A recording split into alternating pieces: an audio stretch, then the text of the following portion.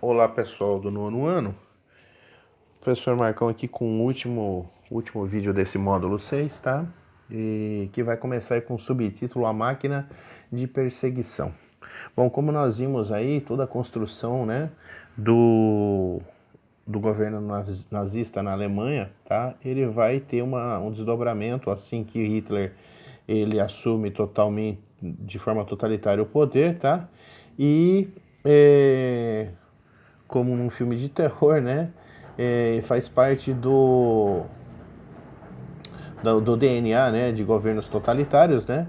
A, um governo que busca controlar a vida dos indivíduos, né? A todo tempo. E na Alemanha, né? Ele vai ser construído de uma forma, né? A defender o povo de ameaças. Um governo totalitário, um governo rígido dessa forma, ele vive de polêmicas, tá? Ele tem que viver, ele não consegue sobressair se ele não procurar sempre alguém para encostar na parede, sempre um inimigo a ser encontrado, sempre ter algo a buscar, porque senão ele não se sustenta, tá? Entre pontilhadinho vai falar ali, ó, o Todorov vai falar: o inimigo é a grande justificativa do terror. O Estado totalitário não pode viver sem inimigos. Se lhe faltam, ele os inventará. Uma vez identificado, não contarão com nenhuma piedade. Então nós vamos ver a construção desse terror no governo, durante o governo nazista, tá? E vai falar aqui que ele mantinha o controle, né? A máquina mantinha sob vigilância todo mundo, né? E o Hitler dispunha de uma série de aparatos para que houvesse esse controle.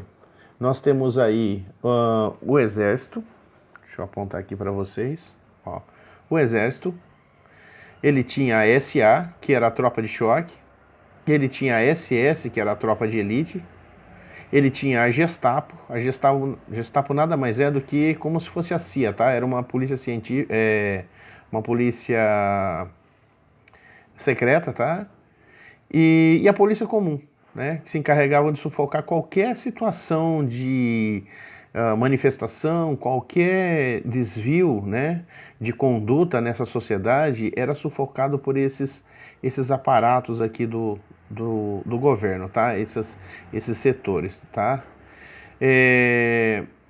Com o surgimento de desafetos, né? Haja vista que a gente já viu que todo governo totalitário ele sempre procura, ele tem que viver da busca de inimigos, né? E uma vez detectados, ele tem que tomar decisões, tomar providências em relação a isso. Então, nesse momento, na Alemanha, vão passar a ser criados, né, os campos de concentração para aprisionar esses inimigos do regime. Quem são os inimigos do regime? Tá? A gente vai ver ao longo do tempo, aqui são pessoas que são presas, né? Cada como é que eu posso dizer? Cada tipo de preso, né? Ele recebia um triângulo ou alguma forma que era colada no peito de uma cor diferente. Então o judeu ele tinha uma cor, sei lá, o comunista ele tinha outra cor, tá? Todos eles eram considerados inimigos do governo. Bom, quem são os perseguidos pelo Hitler, tá? Deficientes físicos e mentais também foram alvos de perseguições sistemáticas. Inicialmente essas pessoas eram consideradas vidas sem valor e foram obrigadas à esterilização para que não pudessem gerar filhos. Porém, a partir de 39, ó, não se esqueça que a guerra começa em 39 e há uma maior concentração de inimigos do governo por conta da guerra e tudo mais. Em 39, essas pessoas com essas características, ou seja, os deficientes físicos e mentais, passam a sofrer perseguições políticas e foram levados a campos de extermínio. Tá? Lembra que eu falei que no começo existia um campo de concentração? Ao longo do tempo, eles vão criar campos de extermínio, tá? Onde as pessoas vão para morrer. Aí vai falar aqui em locais especiais destinados a essa finalidade. O ideal da perfeição do arianismo, né? O arianismo era a doutrina, né, que eles tinham como aperfeiçoamento e purificação da raça. Advindo do que eu disse num vídeo anterior, que eu falei sobre o darwinismo social. Se vocês quiserem procurar o tema no YouTube, há bastante texto sobre isso, tá? E ele, o que o arianismo propõe? Ele é propagado pelo nazismo e não admitia a existência de pessoas que não fossem consideradas perfeitas. No caso alemão, seria o ser ariano, tá? O loiro de olhos claros, né? Alto, de pele muito branca e tudo mais. Esses eram considerados natos da terra, né? Natos dessa região aqui, onde compunha Áustria e Alemanha, tá? Nós vamos ver aqui, ó, localização de campos de concentração e de extermínio na Europa em 42. Nós vamos ver alguns deles aqui, ó. Um bem conhecido, Auschwitz, Belzec, Sobibor, Treblinka, que mais? Mauthausen, Dachau, Nuremberg, que mais? Bergen-Belsen, ó, são campos de concentração dos mais conhecidos, tá? Dresden e alguns que aí devem ter escapado aí. Porém, houveram mais de 500 campos de concentração, tá? Nessa área aqui, tá? Aqui são os mais conhecidos, ok? Entre campos de concentração e campos de extermínio, ok? Ó, tá vendo aqui, ó? Os verdes são campos de concentração, os vermelhos são campos de concentração, os verdes são de extermínio, tá?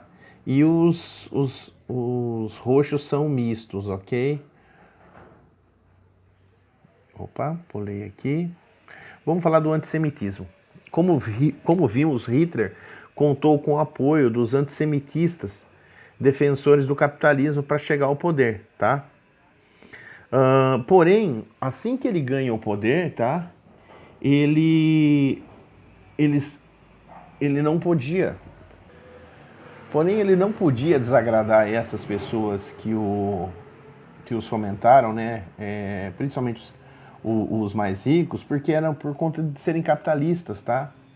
Num primeiro momento, ele vai falar mal do capitalismo, né? Que o capitalismo é o grande vilão do mundo e deveria ser feito esse ajuste. Porém, para não desagradar digamos que esses burgueses que o financiaram, ao longo do tempo ele vai manear esse discurso, né? Habilmente ele vai mudar o discurso dele, criando deslocando na realidade o foco da posição de inimigo, né? Ele torna, em vez do capitalista, né, em vez do capitalismo, ele muda para que as pessoas achem que o judeu, né, os judeus sejam o culpado, né, sejam os culpados da crise na Alemanha, tá? Como existia dentre esses judeus muitos capitalistas, né, banqueiros, industriais, né, grandes comerciantes e tudo mais, essa ideia, né, essa nova forma de encontrar um novo inimigo é muito aceita, é bem aceita pelo cidadão comum alemão, tá?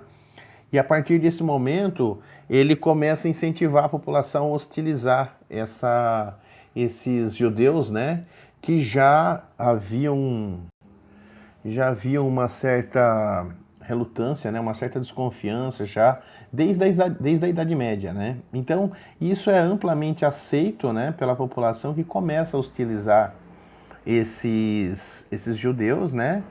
E propor uma extinção dessa raça na Alemanha. Assim começam, né? começa de forma sistemática, né, a perseguição a esses alemães, a esses judeus. O texto diz aqui, ó, que o sistema da campanha antissemitista estimulou os alemães de tal maneira a humilhar os judeus, né, que muitas vezes pessoas vizinhas de muito tempo, amigos de muito tempo, passaram de uma hora para outra a serem inimigas, tá? Fala também que comunidades judaicas, né, eram atacadas, sinagogas eram incendiadas, né? De uma hora para outra, todo aquele foco daquela penúria, da crise, né? Das dificuldades que haviam sentido, dos problemas econômicos, daquela humilhação sofrida na Primeira Guerra Mundial, ela é toda focada em cima do judeu, que é amplamente perseguido, tá?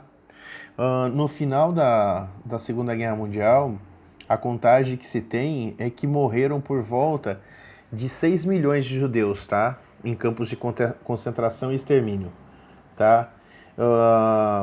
O extermínio, ele se intensificou em 1942, né? O que foi proposto na época por Hitler como a solução final, né? O genocídio, a extirpação total do judeu da Alemanha, né? E ela vai até 45, quando a Alemanha se rende, né? E os campos de concentração são abertos e esse povo é liberto. Vai falar aqui na última parte do texto, na última parte já encerrando o vídeo, né? Vai falar que a propaganda e a repressão não funcionariam se o Hitler não conseguisse melhorar as condições de vida dos alemães. E para criar empregos, ele iniciou construções de grandes obras públicas, incentivou muito a indústria bélica, né? Lembrem-se que um dos pés do totalitarismo, né, era a criação, né, o militarismo, a criação de um exército forte, e ele vai incentivar a indústria bélica. Fora isso, existe também um rearmamento também existe também o rearmamento como uma forma de convencer a população de estar preparada, né, para uma vingança da Primeira Guerra Mundial, né? E para que isso acontecesse, a população, não só a população estar ciente, mas o governo, né, deveria crescer belicamente, crescer militarmente, né? E isso tudo, né, toda essa fomentação de um exército forte, a perseguição a um inimigo comum de todos, e essa criação de empregos, essa melhora na situação econômica, faz com que a popularidade do Führer, né, ou seja, do líder, do Hitler, crescesse de uma forma vertiginosa, tá? Porém, aí com o tempo, os problemas na guerra vão se reverter, né? Nos próximos módulos a gente vai ver a guerra em si, o final depois da guerra e a Alemanha toda arrasada, mas nesse momento Hitler ainda está em alta, né? Os judeus sofrem muita perseguição. Vocês, vendo aqui embaixo, nesse pedacinho aqui de baixo aqui, que fala de Anne Frank, me fez lembrar de um livro que vocês leram. Muito provavelmente vocês leram o Diário de Anne Frank e vocês puderam estar vivenciando com ela o dia a dia de um judeu na época, com toda a perseguição que sofriam. Ok? Eu finalizo aqui, tá? Esse módulo está encerrado em termos de vídeo, e até os próximos vídeos, ok? Um abraço a todos, tchau, tchau.